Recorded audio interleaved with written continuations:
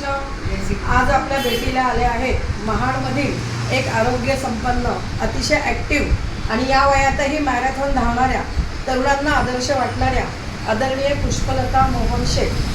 मावशी, आज आपण गप्पा मारणार आहोत. मॅरेथॉनमध्ये सगळ्यात पुढे तुम्ही होतात, तर त्याची तयारी तुम्ही कशी केली?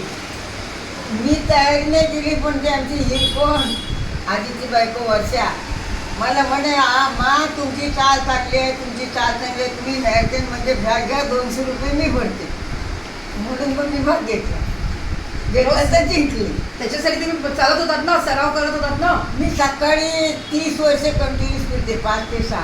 आता सध्या बंद आहे, पण 30 वर्षे फिरले सकाळची 5 ते 6. 6ला घरी यायचं, 8 तास आराम करायचं, उठून कामाला जायचं.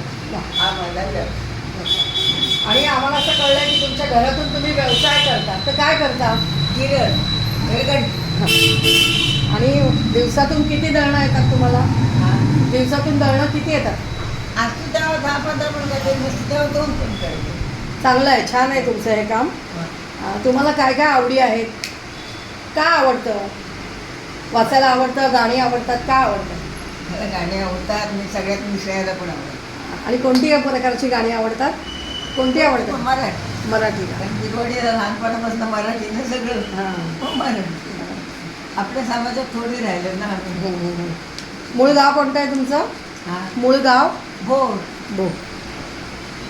काय सांगाल तुम्ही सगळ्यांना असं निरोगी राहण्यासाठी? निरोगी फक्त मी सकाळची 5 ते 6 फिरून येते, बाकी मी काही करत नाही.